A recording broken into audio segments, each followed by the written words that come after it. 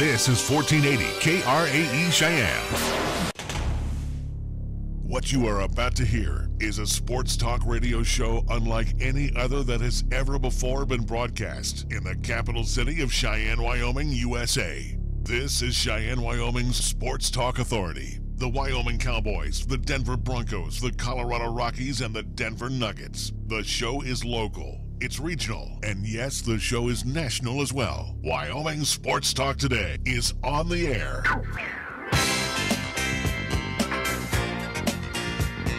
If they're talking sports on the radio in Cheyenne, this is the place it happens. This is Wyoming Sports Talk Today.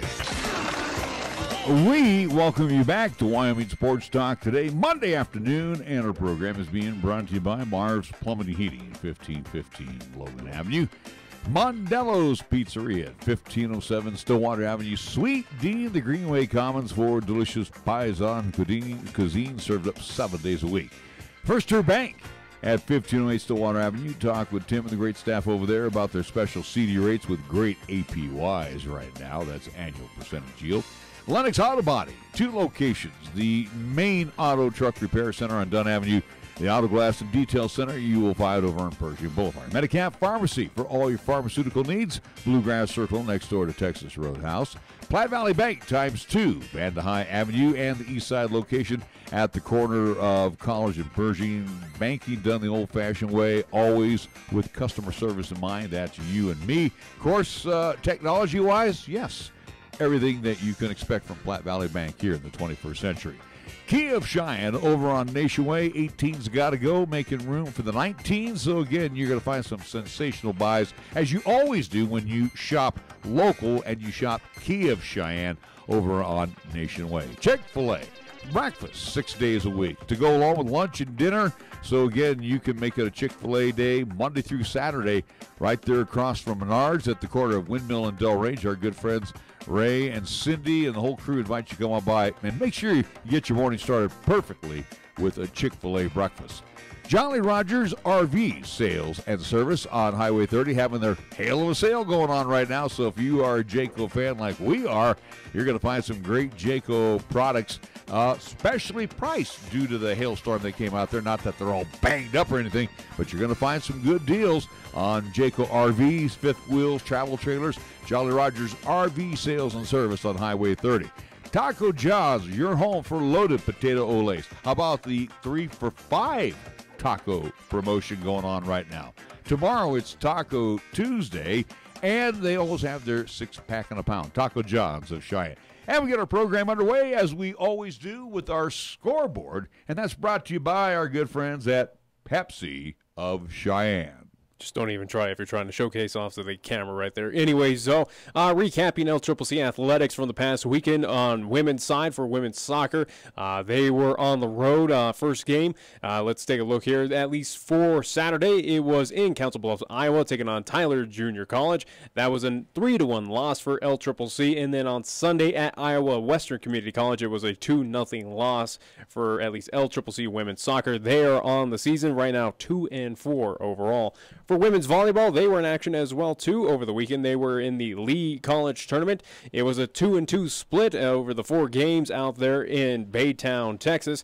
Right now for LCCC women's volleyball, they are 6-5 overall. And then also, too, moving over to the pro ranks for football, NFL action tonight, Monday Night Football ×2.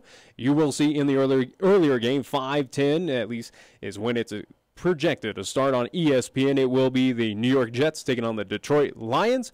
And then game number 2 of the evening, starting around 8:20 or after the Lions and Jets wrap up on ESPN, it will be the LA Rams taking on the Oakland Raiders. So that's what's happening. Doubleheader for Monday Night Football. Major League Baseball, it will be going on before we get off the air. Astros and the Motor City Kitties of Detroit at Comerica. Dodgers and the Reds at Great American Ballpark. That's not good news for Rocky fans. They kind of get the Dodgers get the cream puffs right now. Rocky fans, yeah. What Rocky fans? They didn't bother to show up to support, or at least. No, they were there. Quiet you. I heard there was good chunks of empty seats. Again, Friday and Saturday they were there. Yesterday they weren't there. Good excuse. I heard Friday it was empty too. Yeah, but they had 42,000 announced. Yeah. Nationals and the Phillies in the 5 o'clock hour. Indians and the Rays at Tampa. It will be the Brewers and the Cubs at Wrigley. In the 6 o'clock hour, the Yanks will take on the Twins at Target Field. White Sox and the Royals at Kauffman Stadium. Pirates and the Cardinals at Busch. Diamondbacks and the Rockies, 6:40 at Coors for this evening. 87 degrees currently in downtown Denver at Lodo. Zach Godley will get the call for the Diamondbacks. He'll be opposed by German Marquez. 8 o'clock hour, have the Rangers at the Angels. The Bravos and the Giants tonight will hook up in San Francisco, and it will be the Marlins and the Mets. That's already been postponed for today. Oh, no. That has been rained out. A game that determines nothing. Here's what the deal is. They want to make sure they get all 162 games in. So that game has been rained out today. Twin Bill Who cares? On tap for Wednesday. Well, all 4 Marlin fans and all 16 Met fans care. Our scoreboard brought to you by Pepsi of Cheyenne. Hi, I'm Alex White, tea master at Pure Leaf. When I make tea, everything I know goes into it. You can't be impatient. When I craft Pure Leaf iced tea, I don't take shortcuts, because I want you to have the same amazing taste of iced tea that I do. So I start with fresh picked tea leaves. Then, after they're delicately dried, I blend and brew them at a lower temperature to draw out their unique aromas. And then I taste and fine-tune the blend for a delicious smooth iced tea. I'd love to have you take a sip right now, but that's one thing we can't do over the radio. But you can experience the same delicious taste of Pure Leaf iced tea anywhere you are. I'm Alex White, Pure Leaf Tea Master. Pure Leaf, our thing is tea. You're listening to Cheyenne's new Sports Talk Authority. This is Wyoming Sports Talk Today on AM 1480 K-Ray.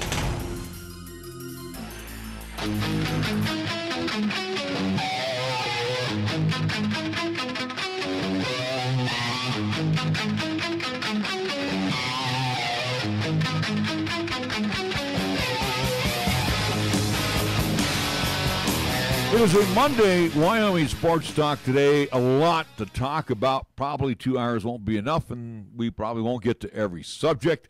That's why there's Tuesday, Wednesday, Thursday. Well, one of the big things here, too, and I was watching it earlier today, and I'm just going to give it a couple minutes here, and then we'll move on. What? Was watching the meltdown of Serena Williams after the big push by Nike. And then she has that total meltdown Saturday at the U.S. Open Finals. And again, turned it into a sexism battle with the Just seemed male like her judge. complaining, but I don't know. But again, when McEnroe did it, he was the bad boy. Yeah. When Serena did it, everybody came to her side. And I don't care. I'm not gonna make this political, but I saw her also in that finals take her racket and just smash it to bits. Well, she got fined for that.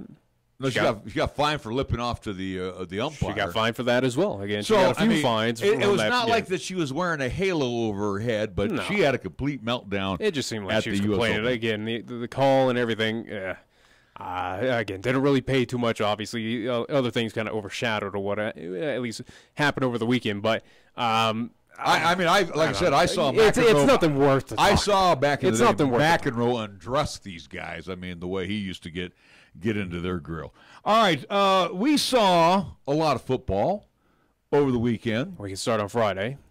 We could, and this It might as well go in order. So Friday, at least up in Gillette, Wyoming, with Thunder Basin and Cheyenne East. That's the game that we broadcast. But I was going to say all Cheyenne schools lost. That one's hard for me to swallow here. To be honest, you'd figure it'd have been a 1 out of 2 weekend. 1 out of 3. Whatever. Again, 1 and 2, I should say, to clarify for you. Again, sorry that you never make mistakes. Anyways, though, again. I don't. Oh, shut up. It was an interesting weekend. We did see at least Cheyenne South. At least positives for them. Again, Fine pay dirt, yeah. Finally get some points on the board against Kelly Walsh. Again, was competitive through that game, but then Kelly Walsh kind of turned on the afterburners there in the fourth quarter and went well away with that contest. Spiegelberg ran for, 260 yards. No surprise. We kind of anticipated that. Down here in Cheyenne with Central going against Rock Springs, competitive game. Central still looking for its first offensive touchdown. It did get a defensive score, but it did go to double overtime. That did lead to a Rock Springs victory, so Cheyenne Central still looking for their first victory of the season. Same with Cheyenne South. And then Cheyenne East up in Gillette, at least more specific, at Thunder Basin. This was certainly the game of the week, and it was somewhat competitive early, and then eventually Thunder Basin just took well control. And Thunder Basin, week 1, or at least week 0, we thought it was a team to at least keep a close eye on. Right. This is a team that is for real. This is a team that very interested to see how they do against a Sheridan, how they do against a Natrona County, who Natrona did put a... They bullied Sheridan. They beat up Sheridan at home. So right now... only 2 undefeated teams. Yeah, which would be Natrona County and Thunder Basin. And right now, Thunder Basin is showing that they are a for real team. They are a real player right now. They could be a team that could be in contention come, say, title time down in Laramie. They might have a shot at this. Again, I think with Hamilton, in my opinion, and I said that many a time during that game, he's one of the best quarterbacks probably in Class 4A right now across the state of Wyoming. What he does in ad-libs, he's the high school equivalent to what we saw in Laramie with Josh Allen. He knows how to ad-lib. He knows how to, again, read defenses. He does it very well. He can put that ball on point. He's good, and he showed against Cheyenne. I liked a couple things about Mason Hamilton, again, as we had him for the second time, my third time now seeing him. He's got some big hosses up front that do the blocking for him. Yeah. So he very rarely was under duress by Cheyennes, very rarely. And he's also a smart enough kid.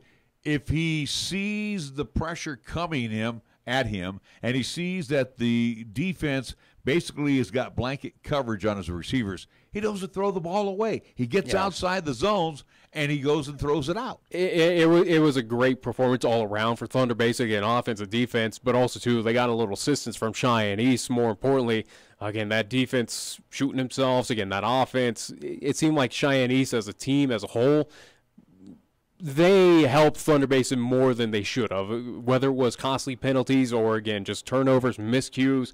Cheyenne East did a lot of damage as well, too, and contributed to that Thunder Basin victory over Friday. I would say this, though, Nick, and I'm going to be very honest here.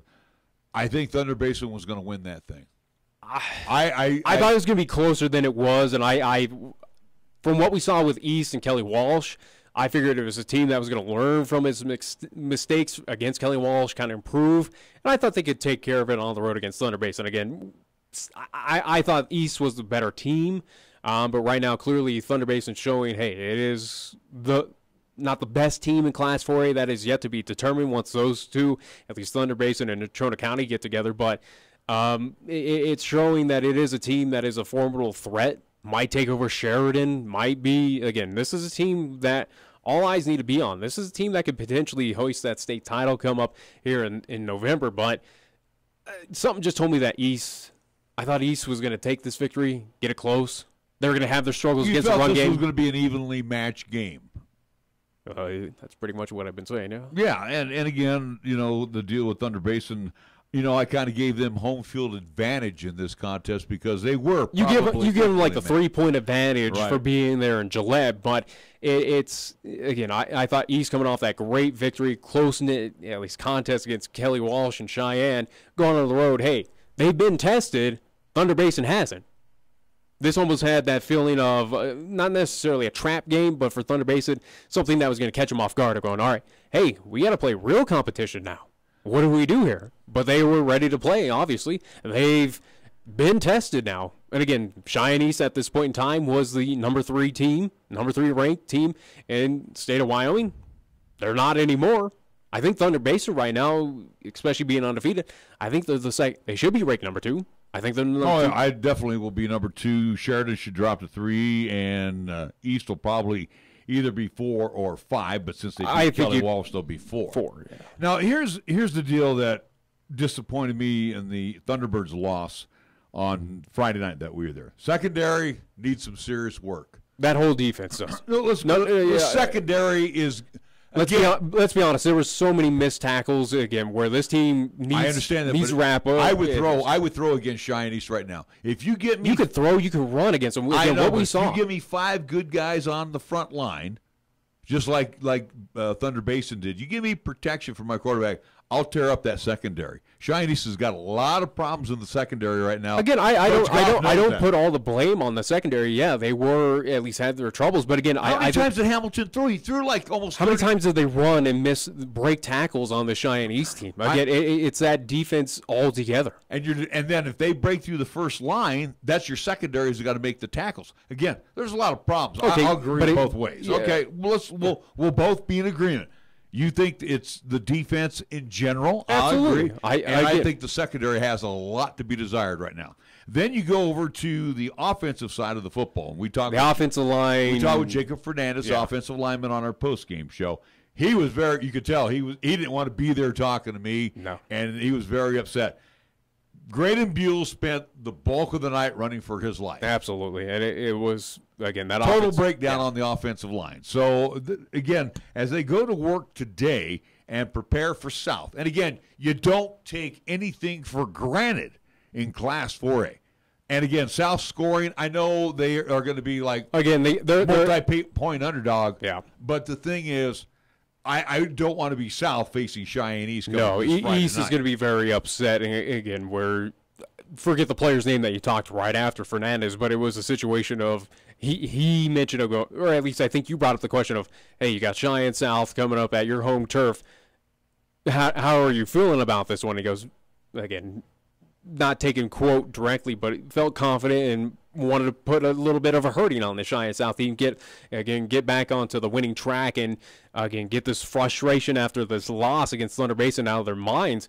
And right now, for East, this is probably your perfect opponent, perfect opportunity again at home against Cheyenne South. Cheyenne South. It took them 3 weeks to score, at least put any points on the board. They finally did. Right. But again, Cheyenne South has worlds of problems right now, and East, you can say any given Friday in the Class 4A ranks here in the state of Wyoming, but this one, it has that feeling where, again, South has been through a lot of running clocks for past season that I was here, and then into this season. It has that feeling where East is going to be very hungry. He's coming out, and they're gonna make a statement very quickly on their home turf. All right, but let me ask you this question: would you rather play a South this weekend if you think you're going to get healthy? Or would you rather jump ranks? And I'd rather face like a Laramie or maybe a Sheridan. I'd want to go up against somebody that's going to be, and again, I don't want this to come out wrong, so I'm going to try to taper my words here, but I would rather have an opponent out there that has had a little more success than South this season. You know what I'm saying? You got to find yourself. I think for East, for the worlds of trouble that they have right now, again, whether it's a defense, offensive line, this is something to try to adjust, try to fix on the fly right now. This is, again, for East versus South, I think that's the perfect opponent for the Thunderbirds to go against and try to right things that are wrong right now. Hey, miscues. Penalties that you should not be committing right now. Coach Goff did mention on the postgame show that his team is a young team. Yeah. And they're making those young mistakes that they got to get over the hump on that. So, again, here's that tune-up game essentially of, hey, try to right those wrongs against the South High team. Now, will South High roll over against this team? Absolutely not. They're going to put up a fight. But this is... It's going to be a tough road for Cheyenne South. Hey, we knew that this entire season. It's going to be a tough route for Cheyenne South to pick up a victory. Again, we saw here it is, week 3. They finally put points on the board. Again, that's what I was saying last week for this South High Fighting Bison team is, hey, small positives. This team needs to focus on get small victories. Hey, you put points on the board. You were competitive with this Kelly Walsh team until it got out of hand in the fourth quarter. Obviously, I would assume that South High defense got a little tired like a Wyoming Cowboys team, but it's small positives. If you're Cheyenne South, hey, you're at home, or at least you're in the capital city. You're in Cheyenne. Just have to make the small road trip over to East. You focus on try to win battles, try to take advantage of their turnovers. You know that this East team is just as young, maybe a little bit older than South, but again, focus on positives. Win a quarter, win a half. Try to do that. Will they do it against this East team? Especially after what I saw against Kelly Walsh, I don't see it. I think East is a little bit more talented than Cheyenne South. Again, having that advantage of being at home at Cheyenne East. something just tells me, again, this is the perfect opportunity for the Eastside Thunderbirds to right what's wrong right now. Okay. Again, give that defense the focus, wrap up those tackles, don't avoid those miscues, those turnovers, and figure out ways to protect your QB, who's been on the run for quite some time. Well, and again, as you mentioned, with the Cheyenne East just a little bit older, again, Cheyenne South graduated a lot of seniors last year, so Coach Gallus trying to develop that young talent right now over at Cheyenne South. And again, I'll have my pregame show with him, and we'll talk later on this week, and I'm sure there's going to be, we're going to sit there and focus on things that went well for Cheyenne South, and I think, putting 15 points on the board, obviously. And again, it was competitive. It's a good Kelly Walsh team. And it was competitive. I do believe up until halftime. I think 34-15 or something like that. I mean, it was. At half, it was closer than that. I think it was 14-0 or something. Again, it wasn't anything of right. What the final did not indicate of how close this game was, at least in the first half. I do believe that even extending in some part of the third quarter as we were trying to track it live on Friday night. But again, for South, you look at that as absolutely a positive. Hey, here it is, a top 5, at least ranked team of Casper Kelly Walsh. You went on the road in Casper and gave them a fight. You finally put up points as well, too. Again, these are small positives. Now for East, I think on the other side, again, not to beat up both teams, but for East, this is something you need to look out. Where South, they got those positives. They got over those small little humps. Now they're hungry for more to possibly pick up their first victory this season, to possibly upset you guys on your home turf. Does it have that feeling of a trap game for Chinese? In my opinion, no, it doesn't. Right. But it could be. Again, this South team, they're getting over those small little humps this season, and they're doing it in the correct way. Right. Okay? We'll see if they become, at least for the full 4 quarters in this upcoming game, will they take advantage and get the upset over Cheyenne East. We'll see. And again, I think, in my opinion, like you, probably not. But let me go on to the other game, which was a double overtime. But before we get into the double overtime, let me ask you your opinion, and again, our listeners out there as well. Which do you prefer of the overtime? Because we had one in the National Football League yesterday. Oh. Do you like – no, wait a minute. Do you like where they set it up at the 25-yard line, similar to college? Yeah. Or would you rather have the high schools do like the pros where they play yet another quarter? Which would be 15 minutes for the high schools, would be 12 minutes. The easiest answer and the best answer is go to the college rink. Again, how fun is it to see a tie? And I would hope that high school does not implement that or at least have that as a possibility. You can't have a tie in this. I'm just saying, Yeah, if you want to at least put the equivalent to the NFL, again, they have the one, at least overtime, and then it ends in a tie. But if you I'm just saying what the college does and what high school does, especially what we saw last Friday, I think is the best system. Absolutely. Right. Again, I agree. 25 yards, you have your shot, you got your 4 downs. Here's your chance to get in the end zone. Have fun. And then, or at least get a field goal. Then the other team has the chance to answer back, and then you switch. Now, is it the same as college where if that team who has the ball scores a touchdown, it's over?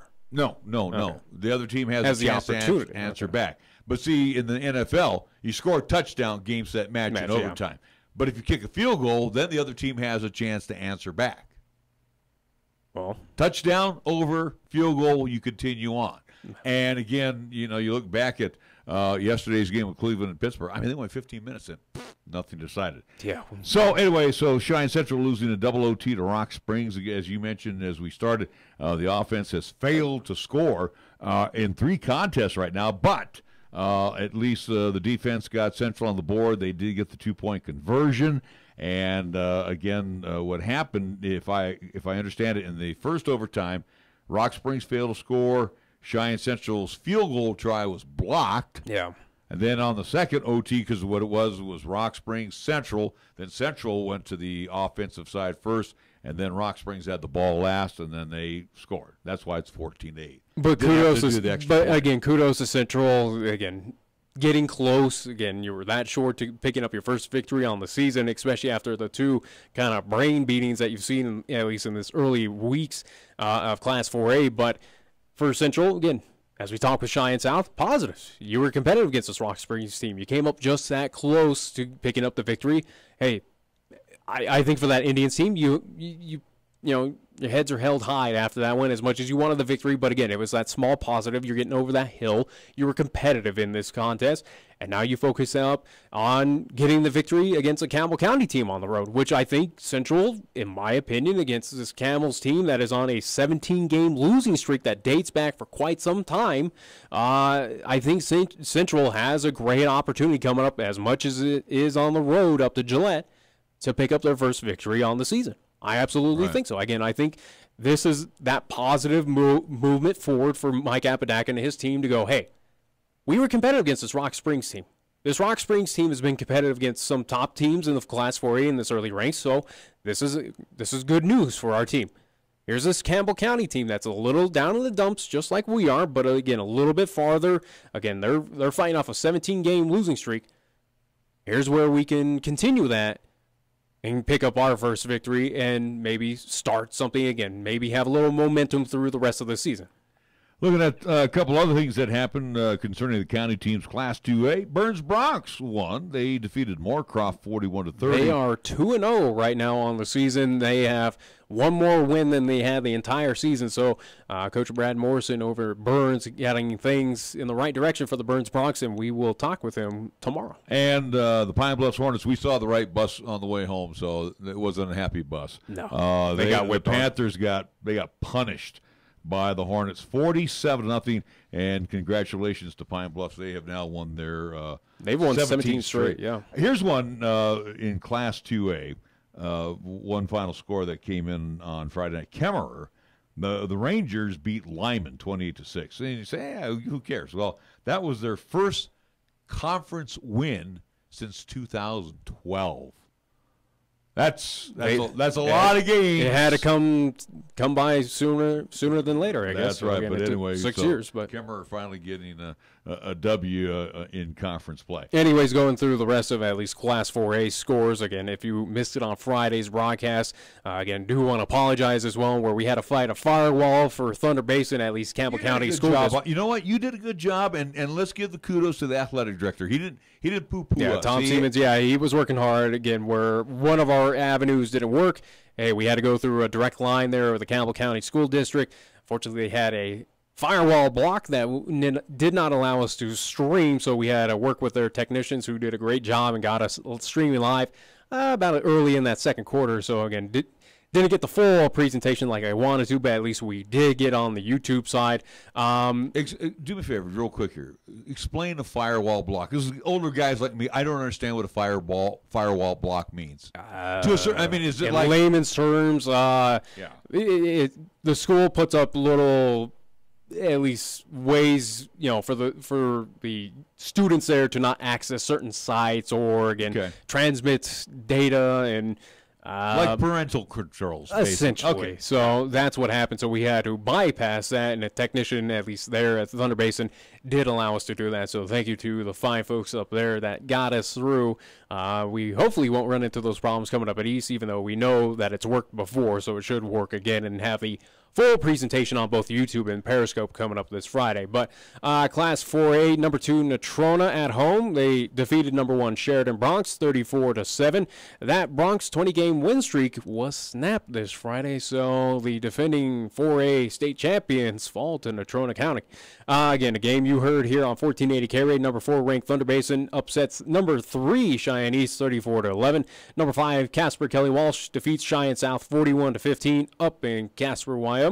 Laramie, they put a whipping on Campbell County over there in Plainsman Stadium. They won 50-0. And again, a game we just talked about, Rock Springs 14, Cheyenne Central 8 at Risky Field. That game went into double overtimes. All right, today on the program, we will have more football, and that will concern the Denver Broncos. We got Broncos, we got Cowboys. We might save Rams for tomorrow for our guests. No, actually, we can probably get to them today. That's not why. I'd rather save it for when we talk Rams with our guests tomorrow. Might as well. We got other stuff to talk about. That's we can recap the NFL. Well, we can't say There's plenty of NFL We can't say this, though. Talk about how Nathan Peterman was not the saver of the Bills. We can't say this. When we left, and I will say this in Fort Collins, that is a very gorgeous stadium. Been there, and yeah. Yeah.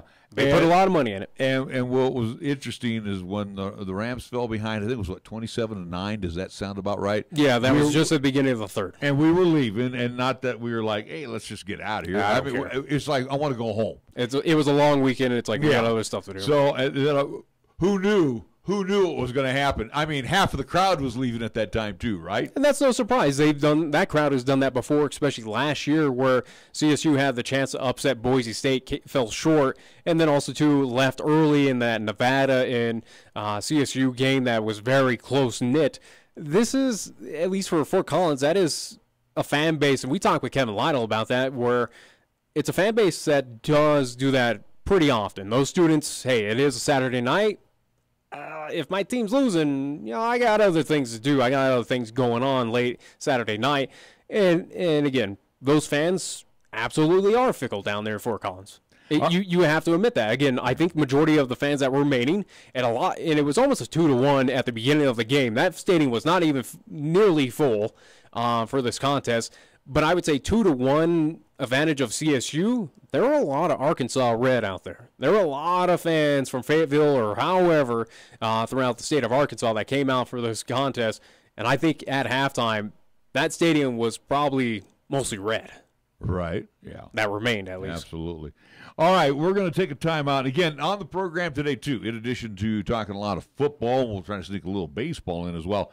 But we have some tickets that will be given away because the Cowboys return home to take on the ever-powerful Wofford Terriers. Yeah, the Wofford Terriers coming up Saturday at War Memorial Stadium. But again, got some freebies that we want to give away, and I'm looking right now. I'm looking. You got a lot of folks that are interested in going to the ball game this Saturday. So, no surprise. Let's take a time out, and we'll come back with more right here on 1480 K-Ray.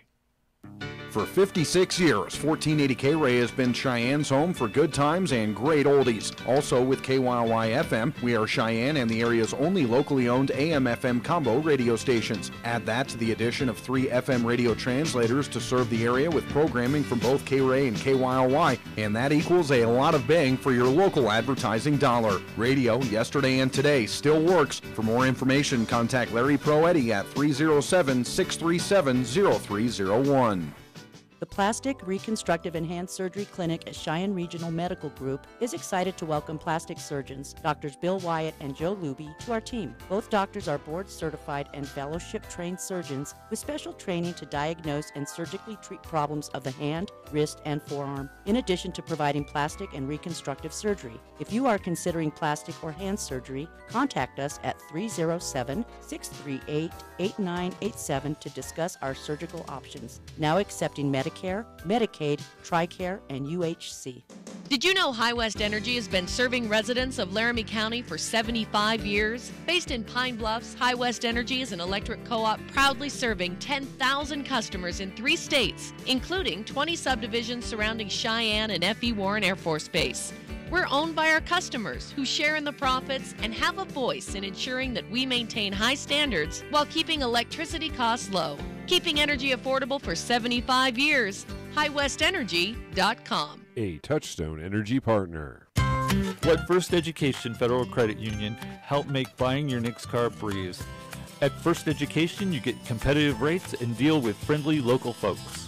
Be in control by getting pre-approved and know what you have to spend before going to the dealer. Call 432-7400, go to firstedfcu.com, or visit us in person at 120 West Carlson Street with approved credit, membership eligibility required, federally insured by NCUA. Here's the latest weather forecast on 1480 K-Ray. Weather-wise for today, it's going to be another sunny day. Expected daytime high of 82, mostly clear for tonight. Our low down to 51. Tuesday's forecast continued mostly sunny. We're calling for an afternoon high of 86. Partly cloudy Tuesday night with our low down to 53. Wednesday, sunshine, and we expect a daytime high near 86 degrees. When it comes to sports talk in Cheyenne, it's a whole new ballgame. Let's play ball! You're listening to Wyoming Sports Talk today, and it's only here on AM 1480 K-Ray.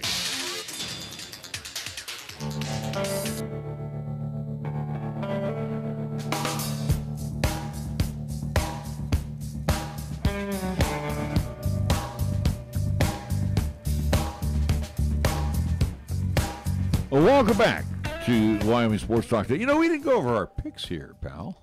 Let's look at what happened over Went the 3-1-1, both of us. It's as simple as that. Yeah, we tied on the Broncos game because, again, they won by 3. And I got Stanford. Who cares? I figured USC would have put up a little bit better fight, but USC is showing that they're... I think Stanford's a little better than you think. I think they are going to be... You know, they get the slight advantage of being at home, but... I think they're going to be tough in that North right now. Let's see, and then you got Philly over me. In that North, I think they give a fight to Washington, but I think Washington's the better team. Well, I didn't say they were going to win the North. I just said they're going to be... They're a lot better than people are giving them credit for. Sure. So, anyway, they're 3-1-1. Not bad for a start. I think I lost on that one. You lost on... I lost Atlanta, Philly. Yeah, Atlanta, Philly. Again, I don't know why you picked the Falcons on that one. Again, how many times were they in the red zone and they coughed it up? The Atlanta Falcons did. They actually beat Philadelphia, except on the scoreboard. Sure. Let's move on now to the college football scene. And if we'll start with this one in Columbia, Missouri, that was it was okay for a half. It was good. It was close. Again, Cowboys couldn't put up a single point there in the first half, but I mean, 16-0. It was when I was kind of feeding the scores to you, it was like, hey, at least it's not out of control yet. It probably will be in the second half, but at least it's somewhat positive for the Cowboys. They still have a shot. And then Missouri turned on the afterburners and. Again, the result 40-13 in favor of Missouri. They go 2-0. Wyoming's now 1-2 on the season. It doesn't surprise me. Were they expected to win out there in Columbia? Clearly not. Again, it was at the point before Saturday's contest, it was a 19.5-point favorite for Missouri. Losing by this much, again, does not surprise me. Not at all. What would have been a surprise if they kept it competitive, the Cowboys, or if they ended up winning that contest. But, again, end result is pretty much on par of what I thought. Again, for both Washington State and Missouri, both results are kind of what I've been anticipating. Right now, 1-2 is what I anticipated this team was going to be at now coming up against Wofford. Again, a perfect opponent to rebound against. I think Wofford has no chance in Laramie. It's a FCS team that's obviously just getting paid to get their brains beat out by the Cowboys. But, this offense... What more can you say for the Cowboys? It's pathetic. Here's the deal, too. Predictable. Similar to what happened with Cheyenne East and Dakota Merritt, the punter. Tim Zaleski, 8 punts in that contest. I mean, he spent more time on the field than the offense did. Yeah. And that's not – when you are punting the football 8 times in a game, that can't be good. Yeah. But there are some positives. There are some takeaways. I think one positive, you look at the rushing game, especially on the offense. Bigelow, again, taking over for Nico Evans, who's injured. But Bigelow, who we saw get some good, at least, gains and good rushes against Washington State, continued the trend. Again, it wasn't anything fantastic, but, again, a net of 56 yards, 1 TD for the Wyoming Cowboys. Again, that was a small positive. Tyler Vanderwall, at least didn't throw an INT. But he was sacked twice. He was sacked twice, so that kind of goes off of the offensive line. But, again, 13 of 28, 106 yards. It's okay. Nothing great, but it's a small step in the right direction, there's a couple plays the Cowboys run. I wish they would just tear it out of the playbook. Kind of like those little bubble screens they run. I mean, the bubble screen doesn't do anything. No, it's not fooling anybody, and it's not change of pace. But offensively for Mizzou, they had 203 yards rushing. They had 398 in the passing game. And Drew Lock, we knew was going to be great. I understand that, but he started out very slow. So that's a credit to the defense. A situation again where the defense wore down. Absolutely. There's no doubt about it. They were on the field way too much. 3-and-outs don't cut it for the Wyoming Cowboys. Yeah, it's a lot to ask your defense of going, hey, let's get this stop. Oh, hey, here's a minute to rest, then head back out there because our offense just kind of sputters out on a quick 3-and-out. It's understandable. Again, these last 2 losses, do I put all the blame on that defense for allowing those many points? Absolutely not. Because, again, I think the offense ties into that of being at least putting that defense in unfair situations. Hey, defense, we know you just did you got this stop here against this team. Hey, go out there and do it again after a minute's break. hey, here's about a minute and a half because our offense is so predictable and pathetic that we can't go anywhere. Hey, defense, we need you again. Again, this defense can do so much, and we saw that. And I've been trying to tell you that so many times. It might keep them competitive through a lot of games up to a certain point, but this team is human. Well, this defense is human, and it's going to run out of energy. It's going to keep them up to Mountain West Conference standards, not SEC, not Pac-12. Will it even keep up to Mountain West standards? I really don't know at this point. Well, I guess you have the likes of Boise, Air Force, Utah State. Air Force, yes. Hawaii. No, I don't think so. Not on the islands. Granted, you lost at San Jose State, so I don't want to toss that one out. But I don't. I'm just saying I don't want to toss that out because again, what happened last year? They make the same mistake twice. I am still continued to be impressed with Cooper Roth. He has continued to be a better kicker for the Wyoming Cowboys. I think he hit a 51-yarder in that loss, and also hit one from 36. So again, I think with Cooper Roth right now, as Coach Bull will look and see where the ball is at. It's a 4th down and 3, 4th down and 4, and he's not afraid now to. And I don't want to use the word afraid. He's not going to hesitate to call Cooper Roth because it's not automatic 3, but I feel a lot better with him feels like on the field now. It's getting closer to that 100% guarantee with Cooper Roth. Again, he's developed, and again, a year older and a year wiser, and again, he's developing into a very good kicker for the Cowboys, but right now, he is the point getter, at least it seems for the most part for the Wyoming Cowboys, since that offense can't get anywhere close. They can't even sniff the red zone at this point. I think they will against Wofford. There's no doubt about it. Yeah. But, again, once you get into that Mountain West, hey, guess what? After Wofford, hey, you get that nice little tune-up game. Guess what? You host Boise State. This Boise State team's still climbing that top 25 rankings. As much as, hey, you do have that home field advantage of bringing this team, it's still one of the premier teams in the Mountain West. Right. Good luck. No, you've been allowing 40 points and scoring 13 against teams that are not even in the top 25. This team is coming up in 2 weeks. You look here at the Wyoming Cowboys passing game, and again, we have been. Again, I think Vanderwall, at his core, again, redshirt freshman. He is young, absolutely. Not trying to put him in the limelight of a Josh Allen compared to him or do anything like that. I think Tyler Vanderwall is great when he has the opportunities, when those wide receivers can get free, when he's not running for his life. I think he has the potential of being the next great quarterback for the Wyoming Cowboys, but he's just not getting those opportunities because, again, he's running. But I understand, like a guy like Austin Conway is going to draw a crowd wherever he goes. But when you end up the night with 3 receptions for 1 yard. That's not good. And your longest catch was 5 yards. This is your wide receiver. This is your wide out. You want to get something downfield to him. Same with Ismail. You want to get downfield. They did it a couple times. Well, I think that goes credit to Missouri at least scouting Austin Conway of going, hey, he's going to be their primary receiver. I agree. They put eyes on him, and guess what? He didn't do anything. Again, Josh Harshman had 3 catches for 17 yards. The longest was 11. So he caught 2 other passes for 6 yards. Come on, guys. That's not the great shakes. We need to get these guys down at least 8 to 10 yards and throw passes to them. Then you know who to talk to then. No, I'm not going to talk to him because I get hammered for being an armchair quarterback. I'm not even talking about that guy. I'm talking about one of his understudies who's running this offense. And again, so we as the armchair quarterbacks can sit here and berate, and we can sit here and say, what the hell? And I'm sure the chat rooms are going nuts. I don't sit in the chat room. Chat rooms? I don't care. Was it the 90s? No. Well, you know what I'm talking about. On social media? The social media there side. You go. I don't get on that, and I don't care. But I'm sure he's taking his licks right now too because he took them last year as well too. Again, it's a continuing trend though. It's vanilla. It is. And I'm sorry, that's my opinion. And if they don't like my opinion, they're going to. That's fine. It's pretty much on par of when they're running, when they're passing. And defense knows, as well too. They know how to adjust. They've gone on the fly. We saw that with Washington. We saw that with Missouri. It's these defense know exactly what they're doing. Now, whether those teams wrap up and get those tackles is the only major difference. But other than that, though, this Cowboys offense is one of the most predictive forces on the planet.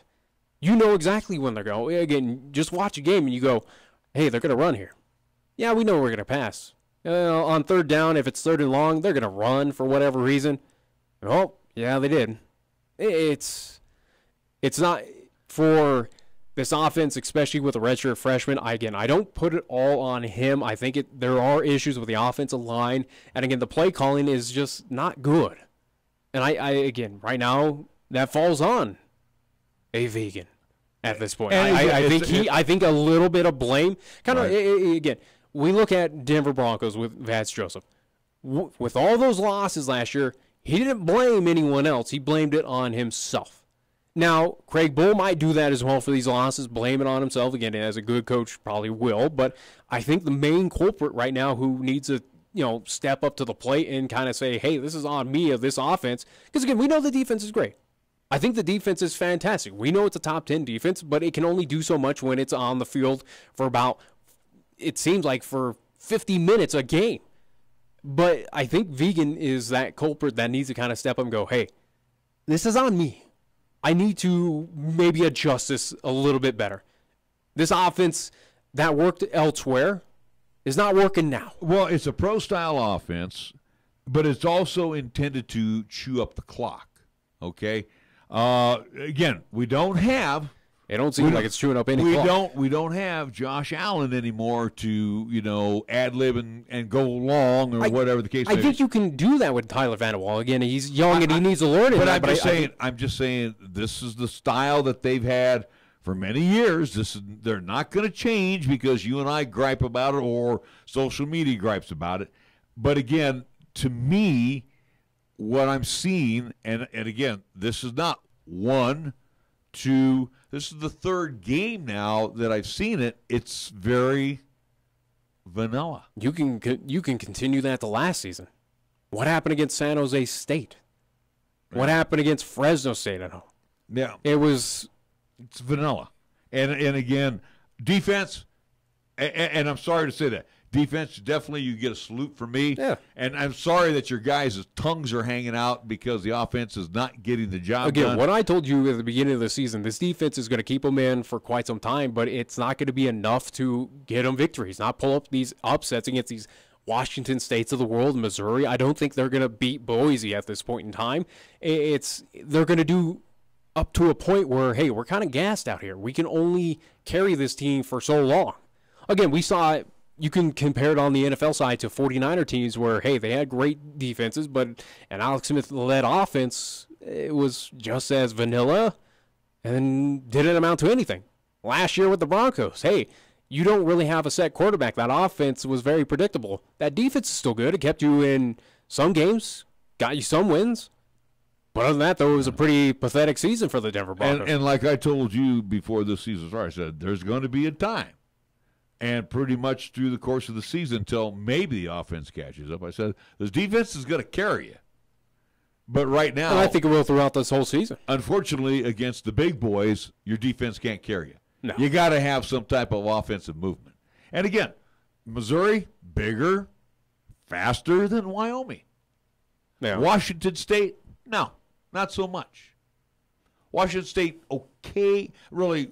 I think if you put Mizzou versus Washington State I think Mizzou takes them to the I don't think so. Well. I think it'd be more competitive. No, I really do. No. Believe what you want, but again, both of these teams had slow starts against this Wyoming team and eventually turned on the afterburners after, again, defense was kind of worn out there at the tail end of the game. But I think Missouri and Washington State, pretty solid outfits of what we saw.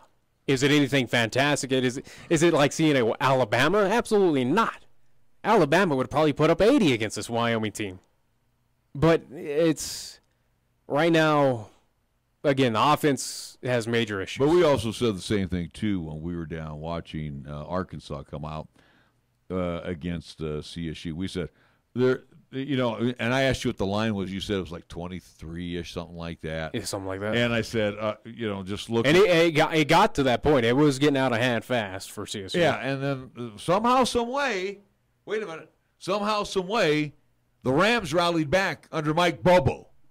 Okay? Mm. And did you notice in that game when we were there what Carter Samuels was doing? KJ, what he was doing? He's throwing the football. They were throwing the ball around. Izzy, I can't remember Izzy's last name, but he very seldom was holding on to the football. Yeah. They were putting the ball in there. I mean, it was almost like a run and shoot type of offense against Arkansas. Sometimes it worked, sometimes it didn't. But guess what? When it was all said and done, they beat Arkansas. Yeah, we need to take a break. All right, let's take a time out. You are listening to Wyoming Sports Talk today right here on 1480 K-Ray. When you say Mondello Pizzeria, think authentic Italian. When you say Mondello Pizzeria, think made fresh from scratch. When you say Mondello Pizzeria, think great pizza, delicious Philly cheesesteak, superb hot and cold Italian sandwiches, meatballs, sausage, and special subs, calzones, crisp salads, and great service. When you say Mondello's Pizzeria, think unmatched Italian taste. Mondello's Pizzeria, 1507 Stillwater Avenue, your only true Italian stop for lunch or dinner. Due to our stormy season this summer, Jolly Rogers RV Sales and Service is offering you a hail of a deal on a wide variety of travel trailers, including toy haulers. Get up to an additional 50% off MSRP on Jolly Rogers' already low prices. Check out their new and used inventory. Damaged or not, you can still travel in style. Call Jolly Rogers RV Sales and Service today, your exclusive Jayco dealer, at 634-8457. See them at 6102 U.S. Highway 30 or go to jollyrogersrv.com. Do you know that almost 165,000 new cases of prostate cancer will occur in the U.S. this year? Do you know that prostate cancer will be diagnosed in 1 out of every 9 males during his lifetime? Cheyenne Urological reminds everyone that September is Prostate Cancer Awareness Month, and checkups are a key component to avoiding prostate cancer. So, gentlemen, stay healthy. Get a checkup. Call Cheyenne Urological at 635-4131 and make an appointment today. That's 635-4131. Get the unexpected with the new 2018 Kia Sorento. I'm AJ Miller for Kia of Cheyenne, and with Kia Sorento, you get intelligent and advanced technology for a better driving experience. The 2018 Kia Sorento helps you stay on course with available autonomous emergency braking and a lane departure warning system. Kia Sorento is also available with surround view monitor and parking assist to warn you of nearby vehicles. Come in today or call us at 775-0123 or go to KiaofCheyenne.com and we'll make it easy. First Tier Bank strives to remain competitive and offers some of the best CD rates in the community, as well as area banks and credit unions per Rate Watch reports. How does that make a difference to you? First Tier Bank can assist you in securing some of the best rates on CDs. They have a 16-month CD at an annual percentage yield of 2.33% and a 27-month CD at an APY of 2.74%. First Tier Bank offers the personalized customer service you've grown accustomed to and deserve. Plus, feel confident that your finances are taken care of by a responsible, knowledgeable staff. Call 307-632-3500 and ask for Caitlin or Debbie. Member FDIC, Equal Housing Lender. Taco John's presents Olay the Day Pep Talks. Good game, boys. You showed some real fight. Like when Wachowski put that hit on our own mascot. Solid work, son. Okay, Friday was for football, but Tuesday is for tacos. Taco Tuesday at Taco John's. It's a sacred holiday where we eat tacos repeatedly until I get full. Save big every Taco Tuesday with crispy beef tacos for just 99 cents. Get some rest, boys, because come Taco Tuesday, we olay the day. Olay the day at Taco John's. Here's the latest weather forecast on 1480 K-Ray. Weather-wise for today, it's going to be another sunny day. Expected daytime high of 82, mostly clear for tonight. Our low down to 51. Tuesday's forecast continued mostly sunny. We're calling for an afternoon high of 86, partly cloudy Tuesday night with our low down to 53. Wednesday, sunshine, and we expect a daytime high near 86 degrees. Tired of lazy and predictable sports talk radio? We know you are. This is Cheyenne's new sports radio home. It's Wyoming Sports Talk Today, and it's right here on AM 1480 K-Ray.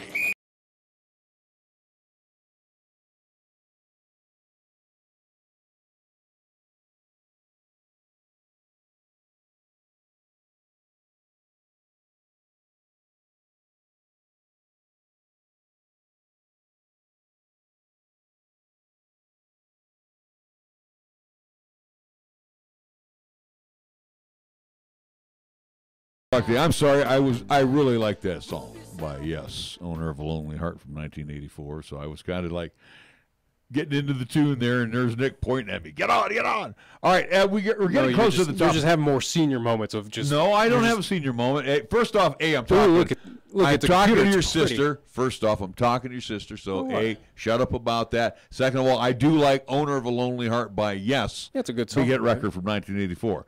All right, hey, we got tickets. The Wofford Terriers coming to UW this Saturday afternoon. 2 o'clock. We will be there. Yeah. You know, still going to be there cheering on the Pokes. Can't do it in the press box, can't cheer, but inside cheering for the Pokes. And hopefully getting back on the winning track. And I hope offensively they take it out on Wofford. Will this offense put a whipping like they did last year to a Gardner-Webb? Wasn't all that impressive last year against Gardner-Webb. Yeah, I'm looking for something that really makes a statement. I really don't think so. This offense, I just have no faith in. Again, do I anticipate will offer? Again, I think Wyoming wins this. I think the defense, if Wofford puts up more than double digits on the board, I'd be surprised, especially against this defense. But the offense, I don't anticipate it to be 50-0, anything like that. I think this defense, especially, or at least this offense, especially what they did against a New Mexico State team, which we're understanding now, seeing how they've been against other Mountain West teams, that 29 points isn't really that impressive. I think against a Wofford team for Wyoming, this offense, you maybe put up 30. See, maybe. And I give it like a 30-7 victory. I think they win easily, but it's not going to be a blowout that people think. And that's what I want. I want a 45-10 game. It's not going to happen. I know. I really don't think so. But that to me would tell me that maybe they are working on the offense. Yeah. They got to work on the offensive package. You've had a year and a half to work on it, and it's done nothing. Well, you know what? And again, I've been challenged on it, saying, well, everything's fine. Yeah. I'm not all impressed with our offensive package. You've allowed 80 points so far, and again, not in the deep, at least 80 to comparative of 26 points that you've scored on your offense. Your defense can do only so much. If the offensive package, if you minus that fourth quarter, that defense is held very true, but your offense hasn't done squat. But what I'm saying is, if the offensive package is the way to get them to the promised land, then maybe we don't have the right personnel on the field offensively. Maybe. No, I'm serious. I mean, that's where I've been challenged because I'm an armchair quarterback. But I'm telling you right now, the offensive package by the Cowboys. Go tell Bull about it. Wait a minute. The offensive package by the Wyoming Cowboys is boring. Vanilla. Absolutely. It's not going to go anywhere, and it's not going to help that team win a lot of games, especially when it comes to Mountain West this team play. is going to be fortunate if they make it to the New Mexico Bowl. Again, this is a team that's going to barely struggle. It's going to fight to get 6 wins. That's all I think this team will get. Mm-hmm. Again, it's going to struggle through this Mountain West. I really do. Again, Hawaii, Utah State, I think Air Force, and absolutely against Boise. It's going to be a tough go about it for this Wyoming Cowboys team to pick up some victories this season. That's why I'm saying I hope they get some things changed about this weekend or before this weekend. I know. And if they can get this train wreck of offense fixed, I would love to see them put a serious whipping on the Terriers. All right. You have something in your hands. Go ahead. I'll let you take it away. Anyways, we do have 3 pairs of tickets to give away, so we'll give away 1 pair per day up until Wednesday. Again, at least a pair of tickets to go see Wyoming and Wofford coming up this Saturday. At game time, kickoff will be around 2 p.m. Along with that, we will be giving away with those pairs of tickets at least a pair of goodies to go see our friends over at Chick-fil-A on the corner of Delrange or Windmill. Again, a choice of your own of a breakfast goodie of an egg white grill, hash brown scramble bowl, chicken or sausage, or Chick-fil-A chicken biscuit. So again, only valid at Chick-fil-A on the corner of Delrange and Windmill. And for today, we only have 1 of these, and today will be the day we'll give away a parking pass to the Summit View lot over there at you're getting free parking, huh? Yeah, absolutely. Summit View, again, it is just across the way from Jonah Field. So again, easy to find that as well. Again, the directions are on my money. Oh, shut up. Anyways, so again, thank you to all who entered on the Twitter and Facebook side. Again, go over there, like, comment, and share our Facebook post, and then you got to like and reply on the Twitter side. Again, all those details are on the social media sides. But again, anyways, thank you to all who have joined us. And the winner for today, as I grab the name out of the fishbowl of awesomeness, is going to be, how about this? A guy we haven't talked to in quite some time, but we'll be going over to, will be Will Rooney. He was a winner last year of, I do believe, 1 contest to go see a Cowboys football game. Well, guess what? He's going to go see Wyoming versus Wofford along with that parking pass and the 2 goodies at Chick-fil-A. So, Will, I will contact you coming up at least after the show how you go about picking up your prize pack and going to go see that game coming up this Saturday. So, congrats to Will Rooney from the Facebook side. All right, when we come back, we will be talking more sports, and we'll head over to the National Football League after these words. This is 1480 KRAE Cheyenne. Also being heard on translator K266CC Cheyenne at 101.1 FM. What you are about to hear is a sports talk radio show unlike any other that has ever before been broadcast in the capital city of Cheyenne, Wyoming, USA. This is Cheyenne, Wyoming's Sports Talk Authority. The Wyoming Cowboys, the Denver Broncos, the Colorado Rockies, and the Denver Nuggets. The show is local, it's regional, and yes, the show is national as well. Wyoming Sports Talk Today is on the air.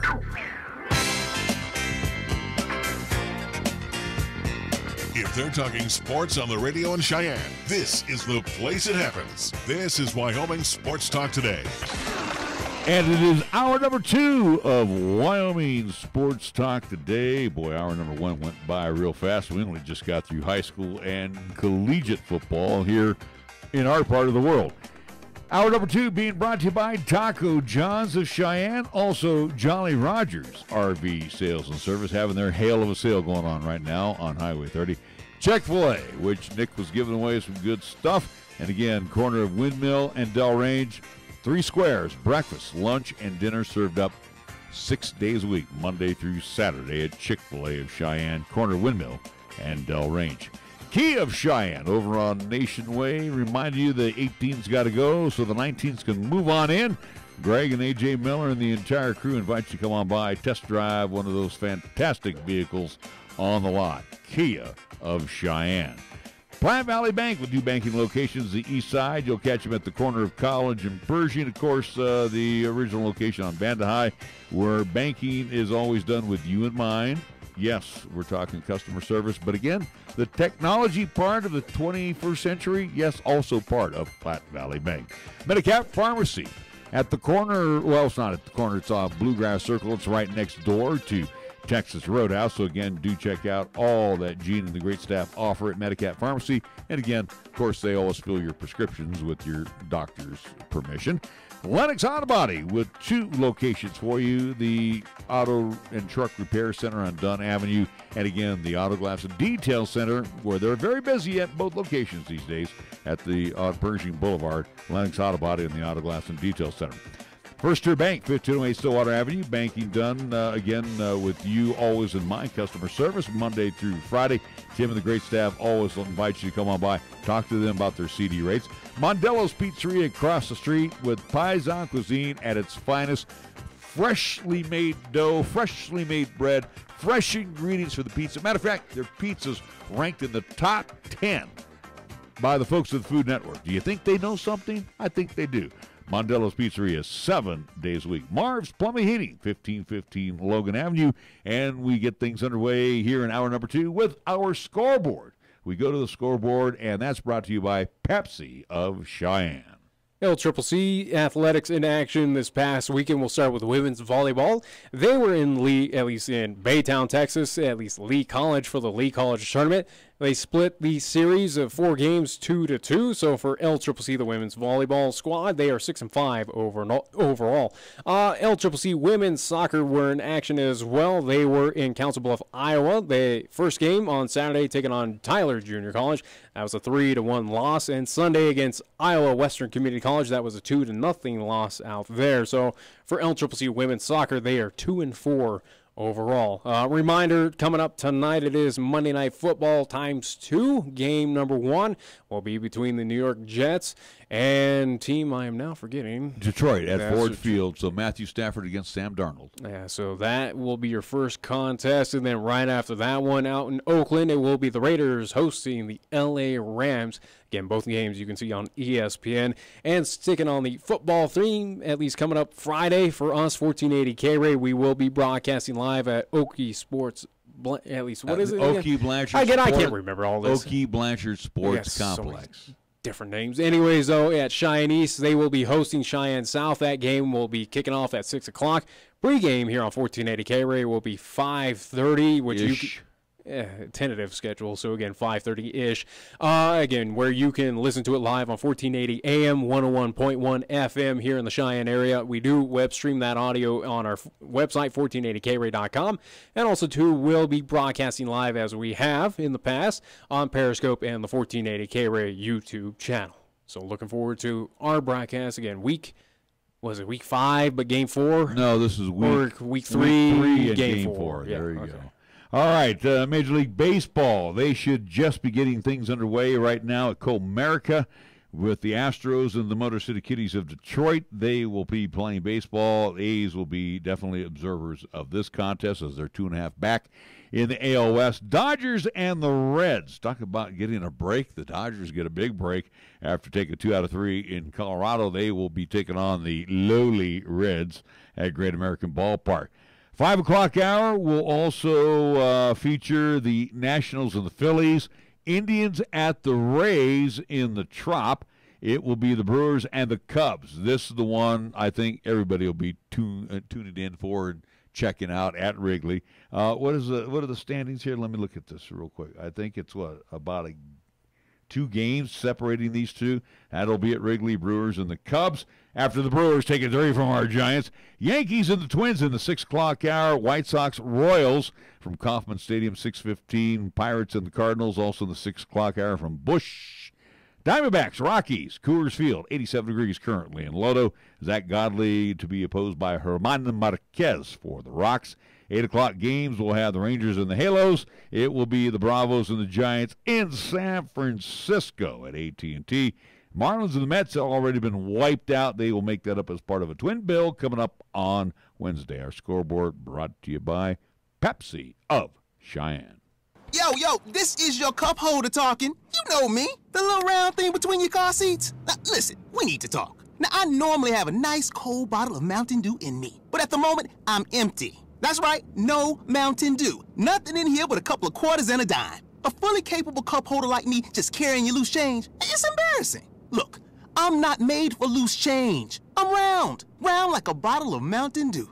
Glistening, cold, and delicious. I'm made to keep Mountain Dew within reach at all times, so you're never far from that incredible bold citrus kick whenever you need it. Just inches from your hand. So find a store already, grab some Dew, toss it back, then place that bottle where it belongs, and put that loose change back in your pocket. Mountain Dew. Do the Dew. Got something to say? Then get it off your chest right now. Phone lines are open at 307-514-1071. Make your opinion count and call the show. Wyoming Sports Talk today.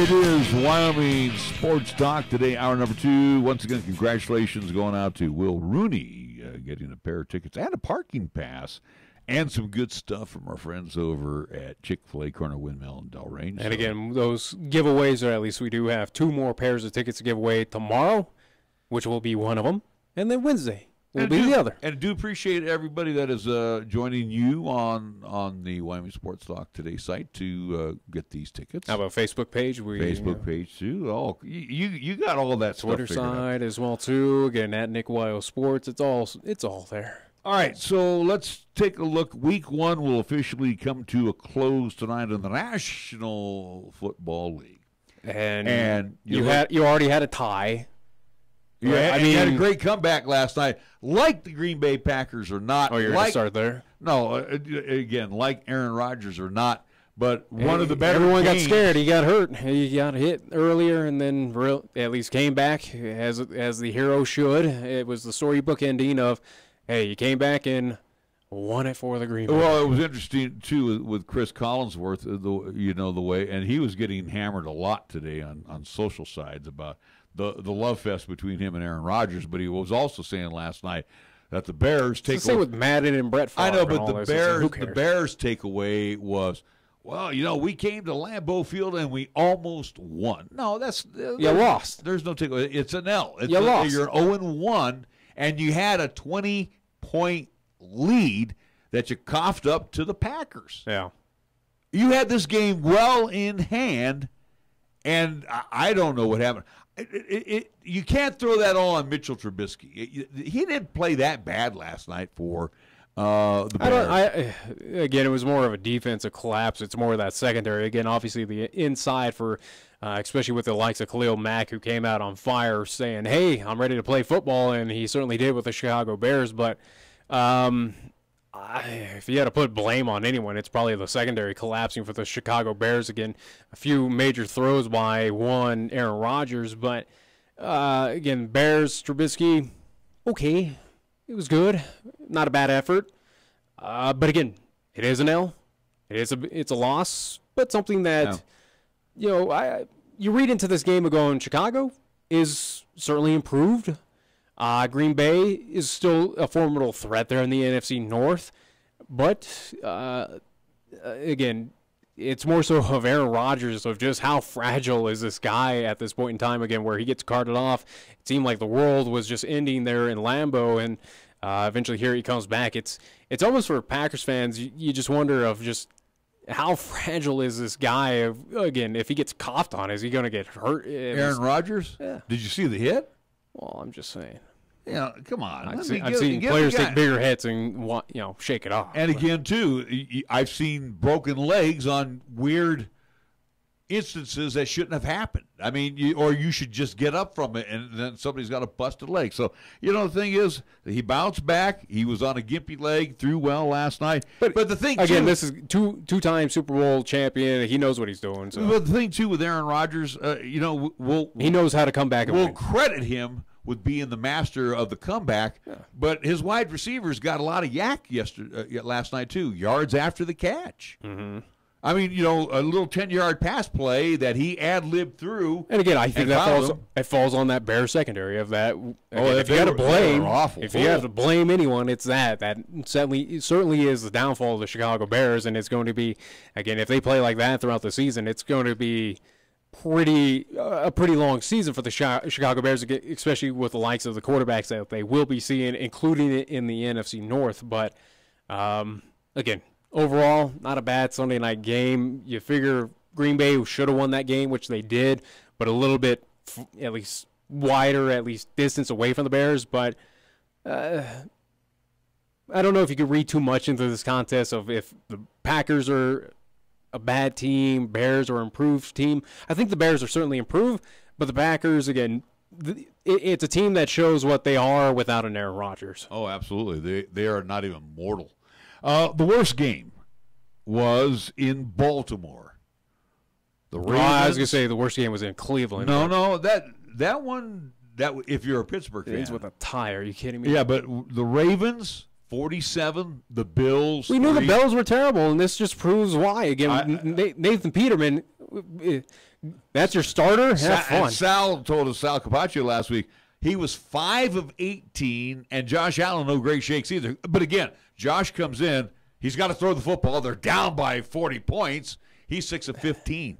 Oh, the Bills are terrible. That Bills offensive line, it's not even. It's a long season. Even a patch. Is it even worth it to have Josh Allen even trot out there again? You're going to get him killed. Yeah. You're going to get the kid killed. Well, you're going to get whoever has a QB. Peterman's going to get killed as well. Yeah, this is not a good situation out there in Buffalo. This is a team that should go. If they win a game, I'd be surprised this season. They were predicted to be the worst team last year. Okay, but they unloaded everyone. Guess what? Their quarterback from last year now plays for the Cleveland Browns. Again, a lot of that talent moved away from Buffalo after the the playoff entry that the Bills had last year. And again, here it is. You let everyone go. That's the repercussions of what you have. Again, this is a team that is rebuilding. Everyone knew this is a team that was predicted to be dead last in the NFL. It's on its fast-way pace right now to be like that. Again, if they win a game this year, I'd be surprised. I don't think they will. Well, and then, like you said, another game that, if anything, would be worse would be on the Pittsburgh Steelers side, as they tied. It's worse for NFL as a whole. Well, they tied Cleveland. It's bad for fans of both of those teams and fans of football in general. Again, why the NFL allows these games that just end in a tie is just beyond me. And again, too, they need to change that tie structure. Here's the deal. Tyrod Taylor, former Buffalo quarterback, what a day, 15 of 40. He has targets around him again with 197 yards. He got sacked 7 times. However, Yeah. he was the leading rusher for the Browns yesterday, 8 rushes, 77 yards. Former 49er Carlos Hyde had 62 yards. This is not a good Cleveland team. It's an improved Cleveland team. Do I anticipate Cleveland to be 0-16? Obviously, they're not going to be. This is a team that they'll go 0-15-1.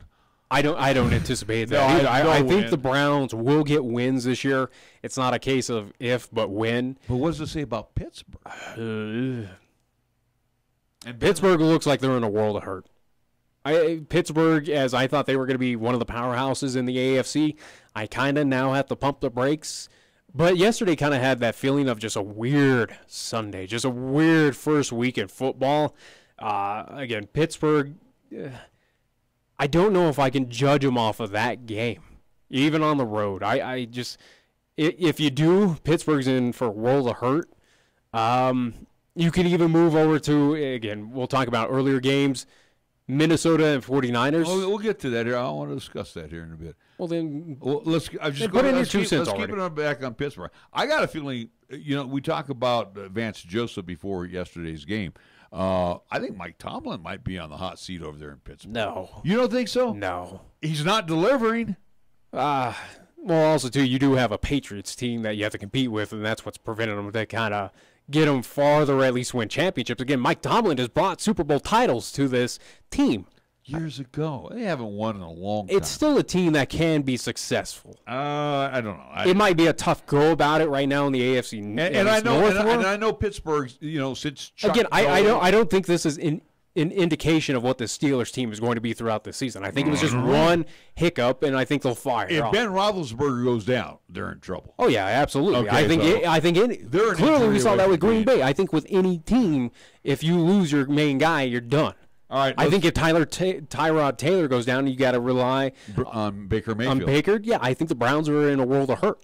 All right, moving along to the Niners and the Vikings yesterday, as you were good talking. contest. I think it was okay. Garoppolo is now not undefeated anymore. He's been beaten, which we all anticipated. Again, I didn't foresee him to go 16-0, but I think for the 49ers, again, a team that was it took them all the way up until what?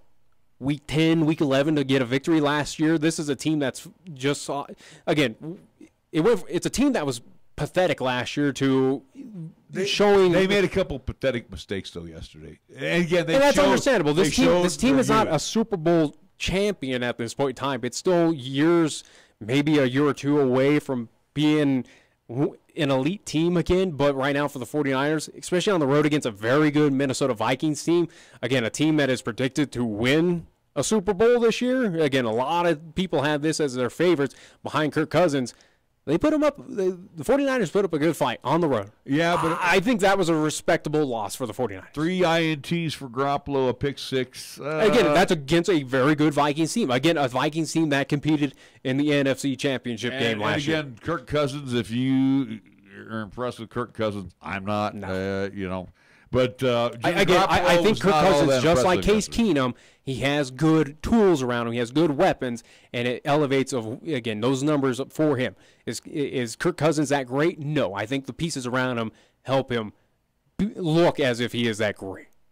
I think the game that shocked me more than anything yesterday too was the Chiefs and the Chargers. Especially in Carson. Not me, because again, what I say in the preseason, that Chiefs team has a chance to surprise a lot of us. Behind Patrick Mahomes, I think the Chiefs are a team that could absolutely.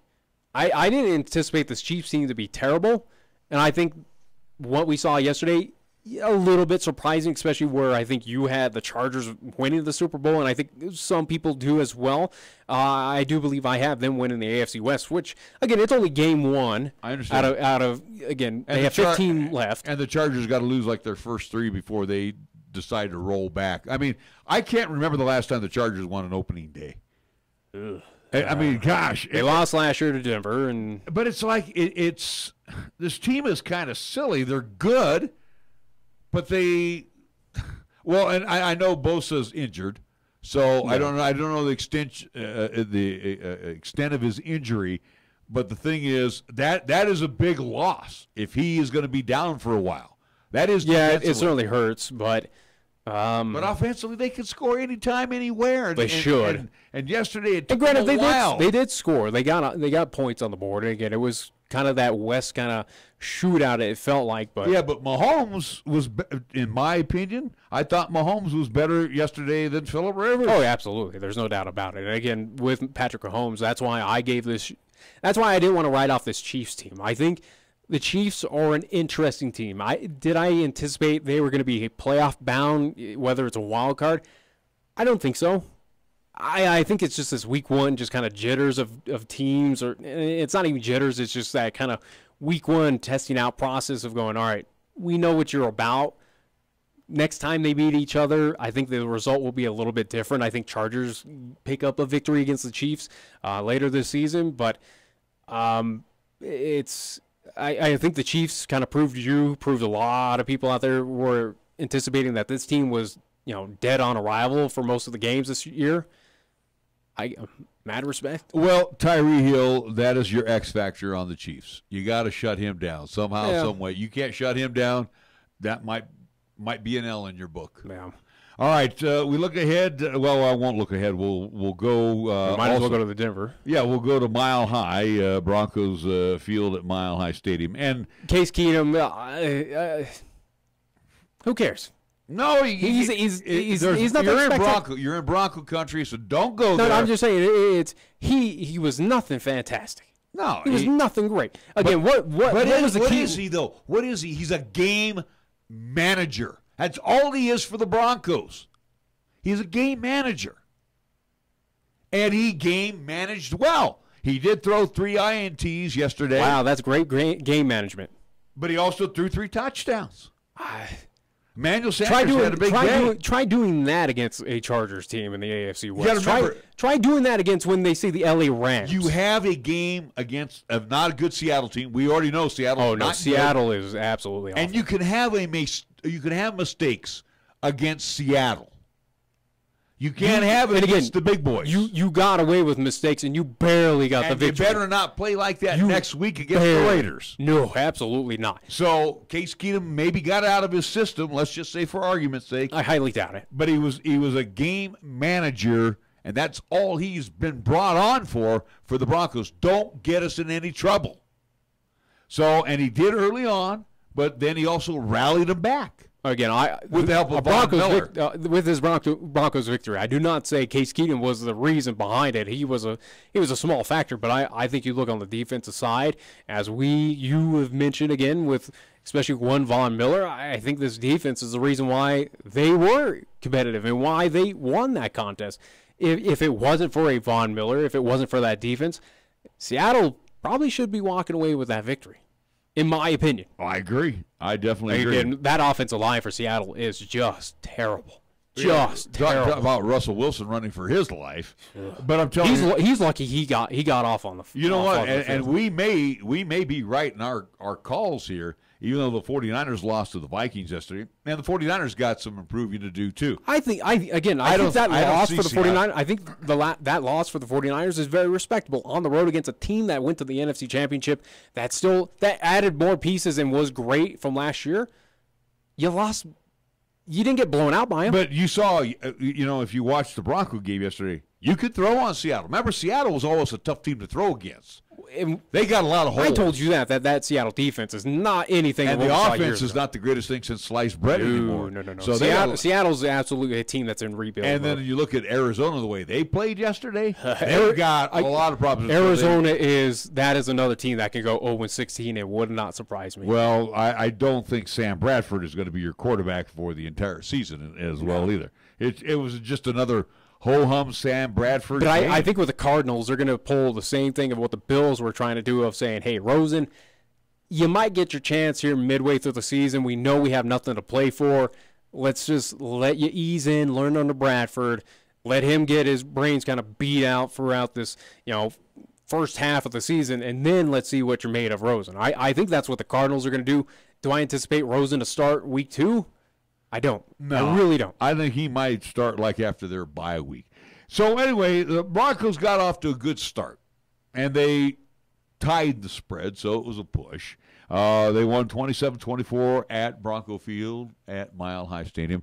They welcome in next Sunday the Oakland Raiders. So they'll be watching the Raiders tonight. But it was a nice win nonetheless for the Broncos opening day. And Vance Joseph had a chance to... we're not doing it right now because I got other elements to put in, so we're going to do it after the break. Well, I was going to say, Vance Joseph ponied up to the microphone, and we will listen to what he had to say yesterday after these words right here on 1480 K-Ray. This is R.J. Fox. 1480 K-Ray is your home for live play-by-play coverage of high school basketball and football. Join me as you'll hear all the play-by-play of Cheyenne East, Cheyenne Central, and Cheyenne South football and basketball. You'll hear the conference action along with the postseason as well. During the basketball season, 1480 K-Ray will be featuring both boys and girls games. So catch all the calls on AM 1480 K-Ray. Also streaming the games online at 1480kray.com. Hello, Wyoming. Mark Gordon here. I want to thank so many of you for your support so far and tell others that I'm looking forward to meeting you and earning your confidence too. We all love Wyoming and want the best for our families and our neighbors. We also share the philosophy that managing state government well protects our freedoms, creates opportunities, and keeps Wyoming moving forward.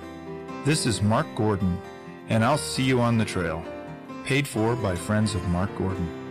Check out the huge savings this week at Town & Country Supermarket Liquors. Here are just a few of the terrific weekly specials. This week's Super Radio buys, heard only right here. Exotico Tequila, Blanco Reposado, 750 milliliter bottle, $12.59. Blacktooth Brewing Variety Pack, 12-pack, 12-ounce cans, $15.59.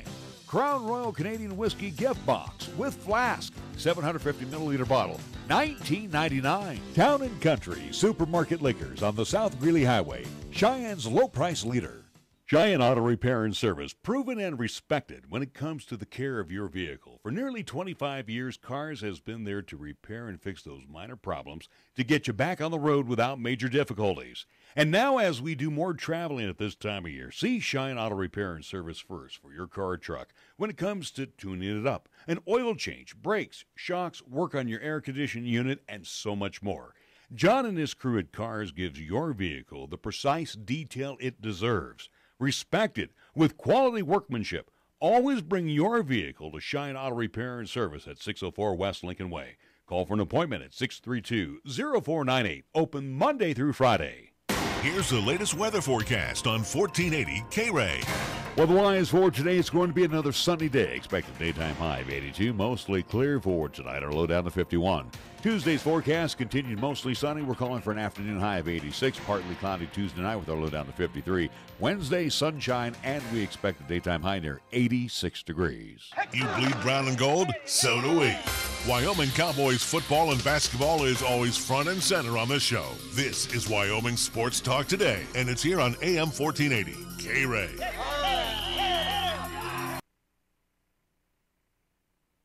Right. Injury-wise, guys, we're clean, very lucky.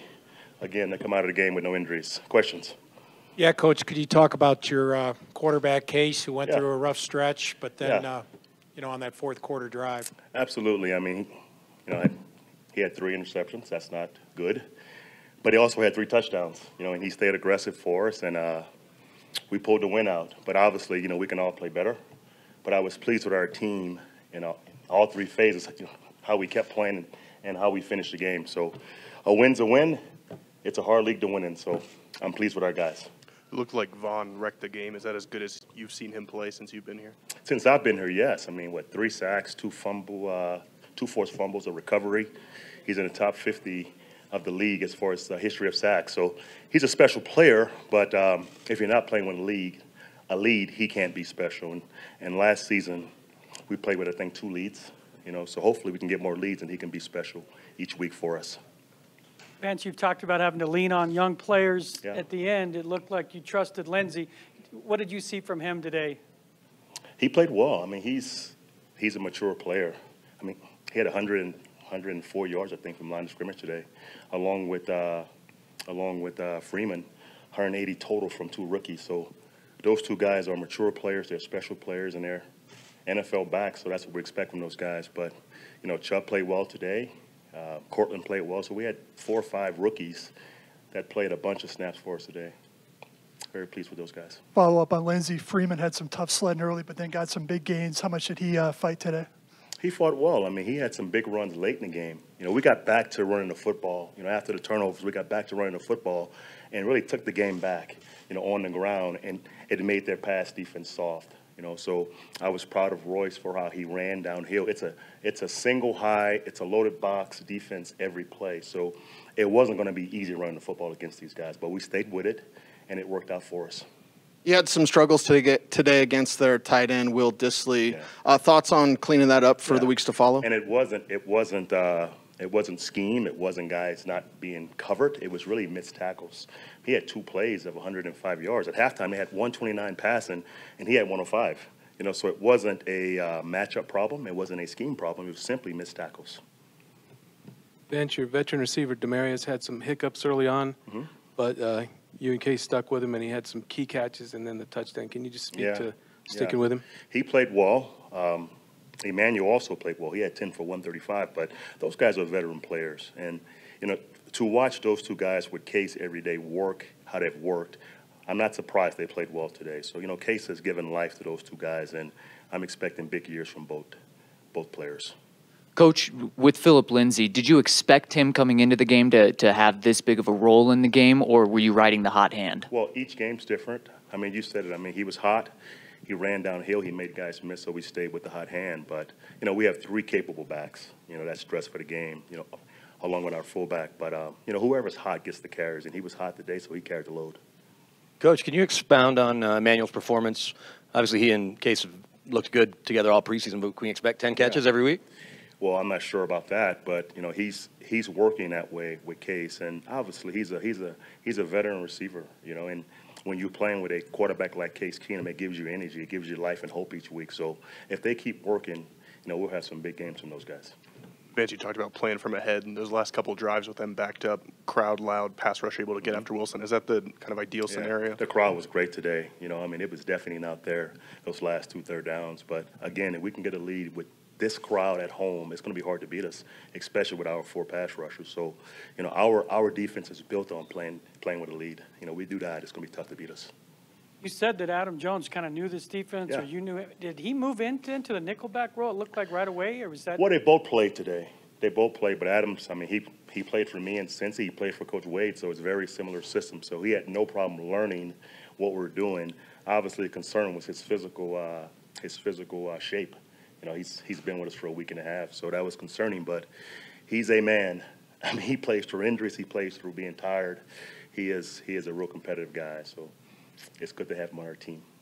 Hey, Vance, to get this first one, is it more excitement or relief?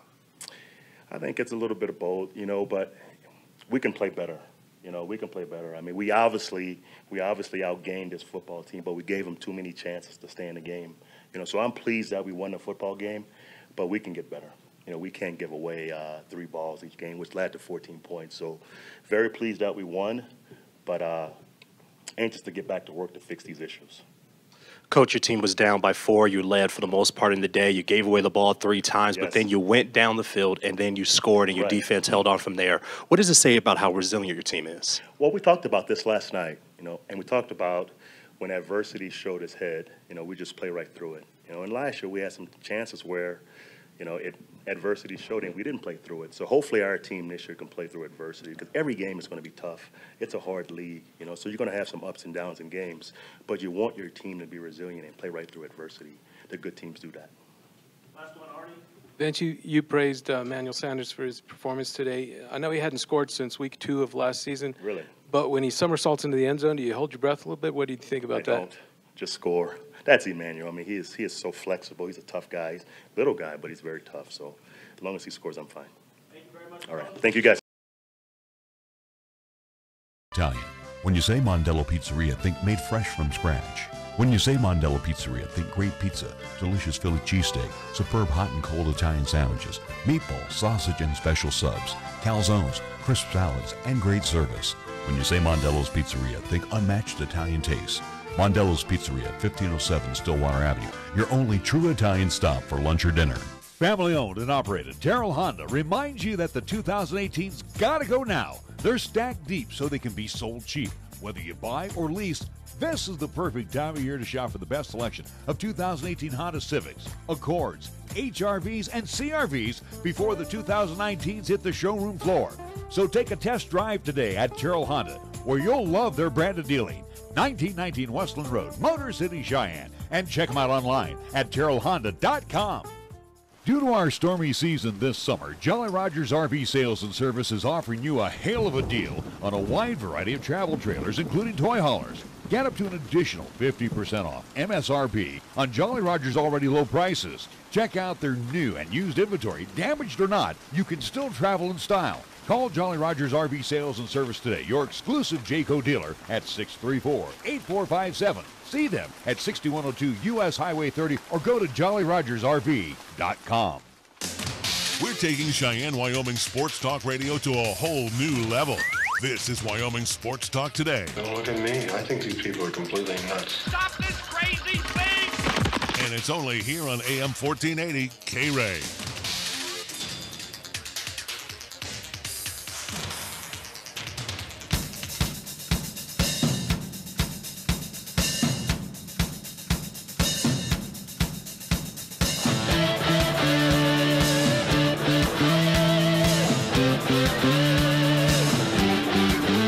After the Vance Joseph press conference, Broncos getting back to work, getting ready for the Raiders, but they're going to be looky-loos tonight as they're going to watch the Raiders and the L.A. Rams. And again, Monday Night Football, they always Rams do this are like opening night. Rams, I think, 7-point favorite. Okay, well, let me finish what I was saying. This is almost a double dip on opening night. You'll have from Ford Field the Lions matching up with the Jets. So we get our first chance to look at Sam Darnold. Of the class of 2018. It's not going to be a good indication. Again, it's a Jets team that has nothing around them to throw. Do I anticipate that the Jets are going to be fantastic this year? No. Do you think the Lions are going to be any great shakes? I think they'll be better than the Jets coming up tonight, but Sam Darnold leading that team, absolutely, you're curious to see what he does, but is it something that's going to be, hey, here he is, Tom Brady-esque that can carry any team and get victories? I don't see it, but again, it does stir that curiosity in me to see what he does. But other than that, though, am I watching that full game, that whole contest? Not really. I think Detroit should easily win that game at home, but that's just in my opinion. The other contest, as Nick mentioned, with a 7-point favorite will be... I think it's 7-point. I'm not sure. It's something... Well, the Rams are favored over the Raiders, and to me... Which is no surprise. Long as 71-year-old Wade Phillips is still running that defensive operation there in Los Angeles, you have to kind of throw the favoritism his way because, again, a Wade Phillips defense is tough to beat. It's not even the defense. It's just the Rams in general, I think, is a good team. This is a team that could potentially match up in the NFC Championship. I don't think it's a team that's bound to go to the Super Bowl. I think they'll be improved of what they did last year, again, exiting out in the first round, but this Rams team does not surprise me that it is favored on the road against Oakland. I think the Rams are much more talented than the Oakland Raiders, but you can't really sell short this Raiders team under new regime, under a Gruden. At least he's back in charge of this team. He has had many, at least, victorious seasons with the Raiders, so we'll see. How much impact do you think Gruden has on the Raiders right now? It clearly had a lot because, again, there is no more Khalil Mack. So, again, obviously he has some sort of, say-so. This Raiders team, I still believe that it can compete for the AFC West at least title. But, again, some of the offseason moves, especially with the Khalil Mack moving on, this team is slowly, it feels like this team's kind of collapsing internally, especially after what John Gruden did and his comments coming out about how they handled with the Khalil Mack situation. Again, a lot of those, at least players of that team, were not too happy about that trade. Not saying that those players are going to basically cause an internal fire there with the Raiders. Again, they still want to play and win football games, but you kind of wonder where they are mentally, but who knows? It remains to be seen tonight. Again, I want to see how Derek Carr performs. I think now that the Khalil Mack situation is put to bed, now that, and again, the Raiders got rid of a lot of offensive pieces as well, but they gained back a few. Yeah, I don't know. I don't know what to make of this Oakland team. Do I anticipate they win tonight at home? No, I really don't. Well, and what you were talking about the Rams, and again, I was referring to Wade Phillips. The Rams are pretty balanced. I think they are the NFL. It'll show tonight, and it'll show throughout this season. On the NFC side, they are probably the most balanced team, better than Philly. Oh, I put them up against Philly right now, offensively, defensively. Well, you're just saying the NFC. I think they're the most balanced team probably in NFL. Okay. All right, let's go. Again, of anticipating the Patriots, I think they're probably, I would say, more balanced than the Patriots right now. The Patriots do have little issues, nothing crazy. That defense is nothing too spectacular. Just going through like the end of at least AFC South, Indianapolis, Tennessee. I think Houston, you might pick hairs with Houston comparing them to LA. I think Houston, especially what we saw, possibly. But even though Houston, I don't know. I would have to say LA right now on the NFC side is probably the class of the league, and I'll leave it at that. So the Raiders, they're going to have a really, really tough contest tonight. Will they win? I'm probably thinking not. I don't think they're going to win. I really don't. But one thing that is in their favor, one thing that is in the Raiders' favor, they are one of the best teams ever to play on Monday Night Football. Whatever. What is that going to mean? It's not going to mean squat, especially when they're having. It's reputation. Excuse me. Reputation can mean nothing.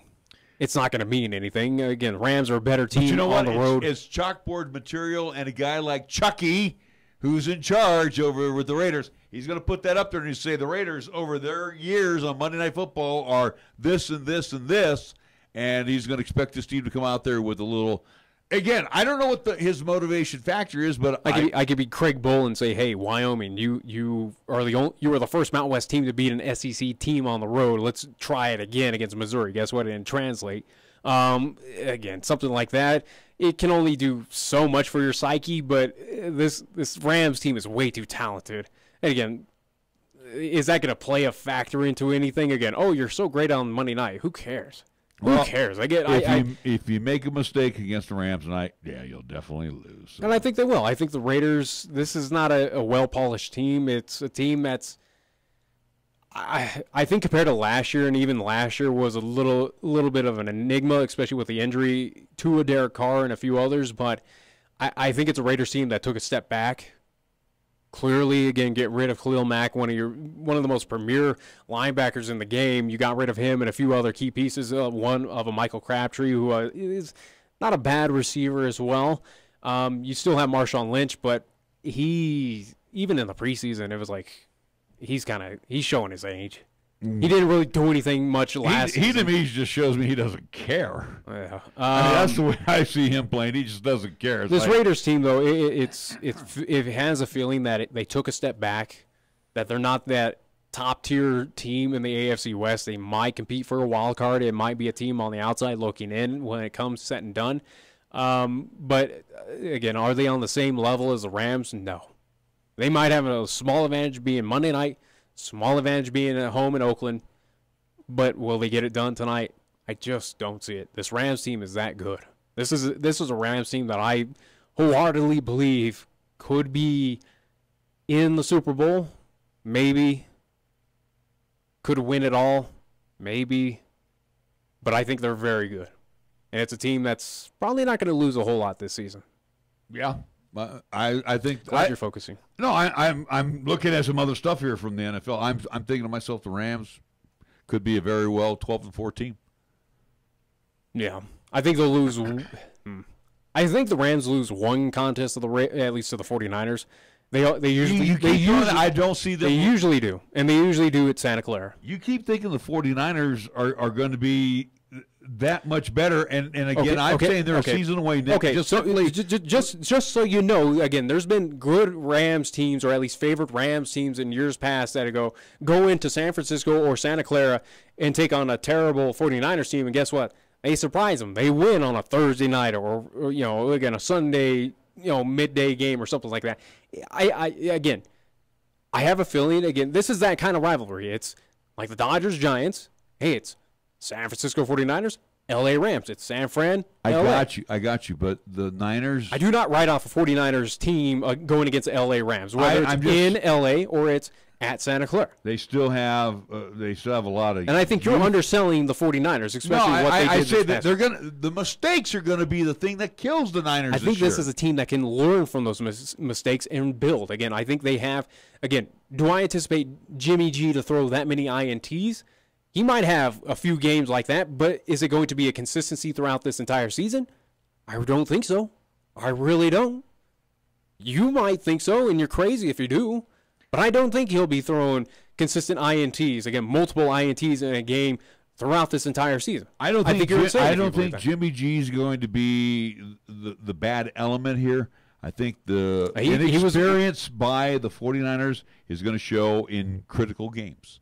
And yesterday, there's no inexperience. Yesterday to me was a critical game. You don't fumble inside the red zone. You also, again, you are missing your premier running back due to injury who's out for the rest of the season, though. So, again, this is not their main guy who fumbled, was not their main choice to be running back. So, again, he is learning right now, again, to be that starter for the 49ers. And, again, I think for San Francisco, it was a respectable loss of what they did on the road against Minnesota. Again, another premier team in the NFC. You lost in a close effort. Even with those miscues. I'm sorry. Even with the fumble. The Vikings weren't all that impressive yesterday. That's just my opinion. Kirk Cousins is who he is. You can believe whatever you want. No, I'm just throwing it out there. All right, we're going to take one last timeout. We got room for a timeout? Yeah. All right, we're going to take a timeout. We're going to come back. We're going to wrap things up with Major League Baseball when we come back. Taco John's presents Olay the Day Pep Talks. All right, good half of football, boys. Now, good is good, but we can always be better. Look at Taco John's. They took those tasty little potato lays and loaded them up with bacon and ranch and all kinds of good stuff. They made something good even better.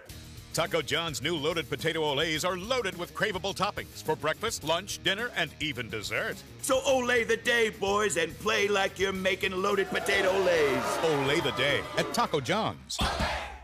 Is your free checking account no longer free? Lose those checking account fees and lose the hassle by switching to Platte Valley Bank's Value Checking and experience truly free checking. With Platte Valley Bank's Value Checking, there is no minimum balance required, unlimited check writing, no per check charge, no monthly service charge, free net banking, free e-statements, free bill pay, free mobile banking, and Platte Valley Bank customers can use their debit cards at any ATM anywhere absolutely free. So stop by Platte Valley Bank today and lose those fees with Value Checking. Platte Valley Bank, member FDIC.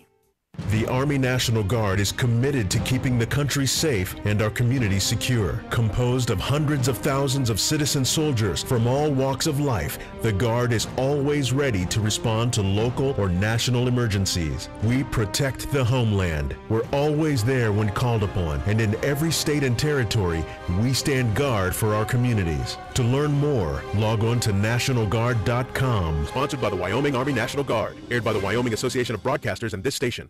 Here's the latest weather forecast on 1480 K-Ray. Weather-wise for today, it's going to be another sunny day. Expected daytime high of 82, mostly clear for tonight. Our low down to 51.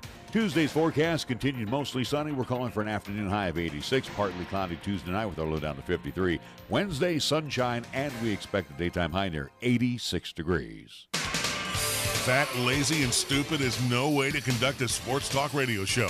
We've thrown down the gauntlet, upped the stakes, and made it clear that when it comes to sports talk radio in Cheyenne, there's a new player in town. This is Wyoming Sports Talk Today, and it's only here on AM 1480 K-Ray.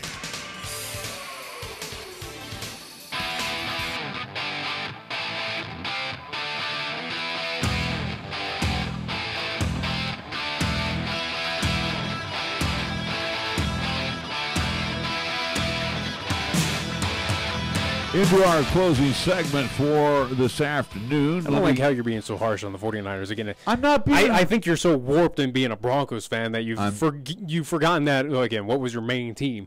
I don't know how you can be so harsh on that team. Again, it's a team building. I don't like stupid mistakes, and the Niners made stupid mistakes yesterday. But again, and it's going to cost you ball games, knucklehead. But again, they were very close in that contest on the road against a very good. They should have beat Minnesota's not that good. If you think they're that good, then I think you're silly. Minus then Kirk Cousins, I think they have a good core. Again, that wide receiver core. Believe what you want. Again, I think Minnesota is your top team. I think the Niners are a better team than Minnesota. What I saw yesterday, they're a better team. You can't do a pick six. You can't cough it up inside your 3-yard line, 2-yard line. You can't. But again, all those turnovers, and you still have that ability. They still had a chance to win that contest. I think the 49ers, again, I read more into that team than more so the Vikings are going, hey, the 49ers, you did all of this, but you were that close to still picking up the victory. Wow. That's great shakes compared to, again, try to do those turnovers and again, those pick six of last year's team. They would have been blown out by probably like 30 or 40 points. It would have probably been the same results of Baltimore and Buffalo. I am going to be harsh on the Niners because I've been waiting for a long time. Ownership did that to that team. I've been waiting a long time, and I don't want to see the same things I've been looking at for the last few years. It's only been 6 years since the last NFC Championship game. Yeah, well, that's been too long for me. Yeah. All right, let me update you Major League Baseball. Athletics, who are not playing today, are their interested observers right now. Top of the third inning, Tigers are leading the Astros 1-0. Astros have failed to get a hit. And in the top of the first inning, I know they're going to be watching there in Colorado, at least for about 4 or 5 innings. Dodgers right now and the Reds are scoreless, top of the first, and the Dodgers already with the bags full and 2 outs. Any surprise? Yeah. The Reds are terrible. Well, and Reed's throwing for them, so you know that can't be good. Anyway, let's look at the standings real quick over the weekend. We have to. Yeah, because we're getting down nitty-gritty here, pal. I mean, our Giants are already out of it, so I've kind of checked out. Well, in the West, you better not check out because this is still pretty intense here. However, kind of seems like some Rockies fans again. I'm mightily disappointed, at least. And again, it's not all Rockies fans, but again, Coors Field. There should be no reason why that place is not packed. Again, 100% full. Why there are missing? Again, there are chunks of links. There are chunks of seats that are at least empty in that place. Maybe not everybody's a baseball fan like you and me. I mean, we've said. Then how does St. Louis do it? How does San Francisco do it even when that team's terrible? I don't understand it. I don't know. I understand. Again, the only team, as much as hard as it is to give them any grief about it, is the Dodgers, where again traffic is just a nightmare. But Chavez Ravine always has 40,000 people on it. Yeah.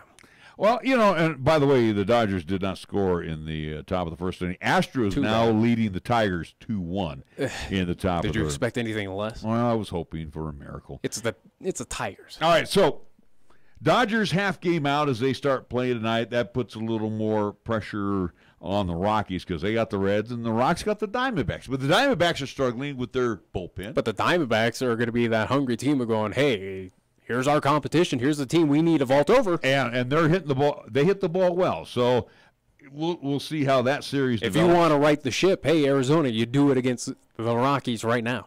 The great series, though, is going on in Wrigley between the Cubs and the Brewers.